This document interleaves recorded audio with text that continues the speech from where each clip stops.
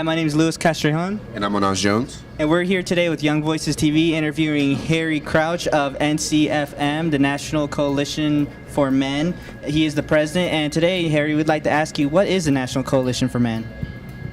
Well, it's an organization been around for 40 years that's committed to ending discrimination against men and harmful stereotypes that impact boys, men, their families, and the women who love them. So, give me just a little example of the harmful stereotypes that boys and men get. Men are all powerful. All right. And how do you guys what do you guys do, resources, put it at things, trainings you do to help, break down the stereotypes? We don't do any training. We're a 501c3 nonprofit organization, primarily dedicated to education, but we're also an advocacy organization that likes to get things done.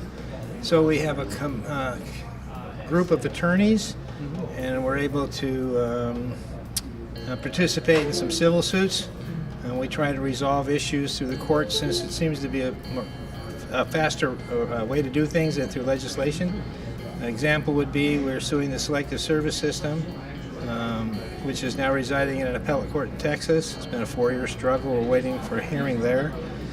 We're getting ready to file a couple other lawsuits, one's actually trying to still process of appeal on a paternity case, which ended successfully, but then the plaintiff decided they wanted to, or the respondent decided they wanted to challenge through the appellate court. So we're taking that case on.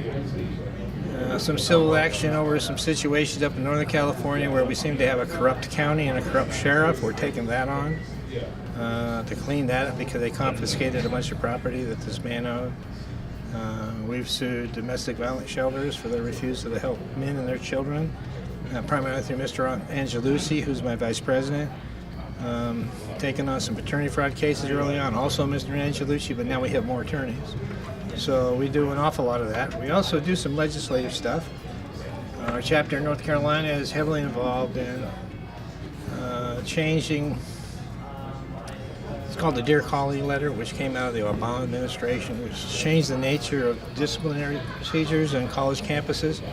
Pretty much did away with due process rights. So if you're a young man accused of something in college like sexual assault, sexual harassment, you have no right to an attorney, no right to cross-examine your witness, no right to a fair hearing.